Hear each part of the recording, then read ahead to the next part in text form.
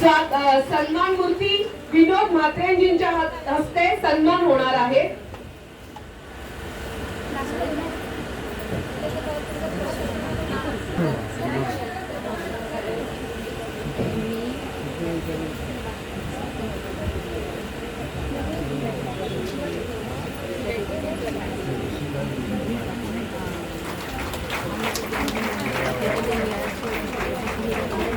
यांचं अजून एक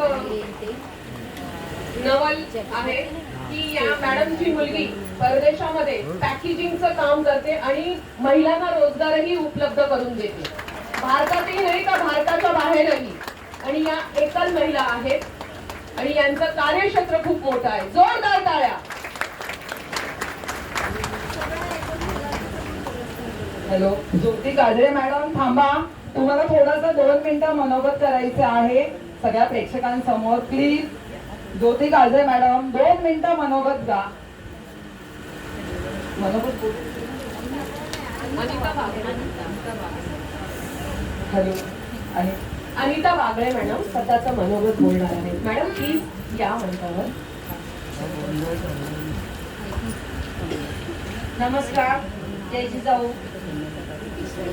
मी अनिता बागड, मी नगर जिल्ह्यामध्ये राहणारे आहे।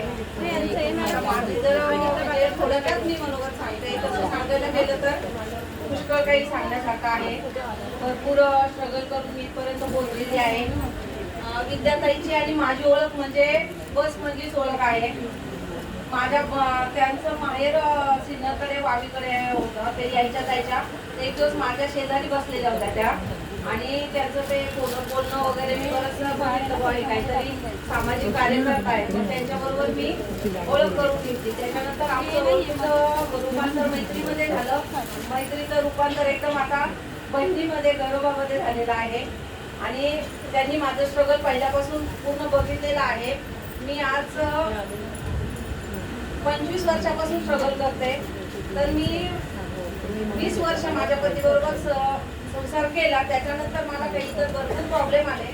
16 नंतर मी स्वतः एकटी लढायला सुरुवात केली, कारण 16 मध्ये मी माझ्या लाईफमध्ये इतकं स्ट्रगल झालं, मी त्या ठिकाणी संपले होते। मला वाटलं मी आता संपते पूर्ण। मग मी असा विचार केला, माझ्या मनावर असा परिणाम झाला की मी जर स्वतः सगळं करते तर मी का संपायचं, मी का थांबायचं, दुसऱ्यावर आपलं अवलंबून का जीवन जगायचं। अशा पद्धतीचा एक माझ्या मनावरच परिणाम झाला। एकदम म्हणजे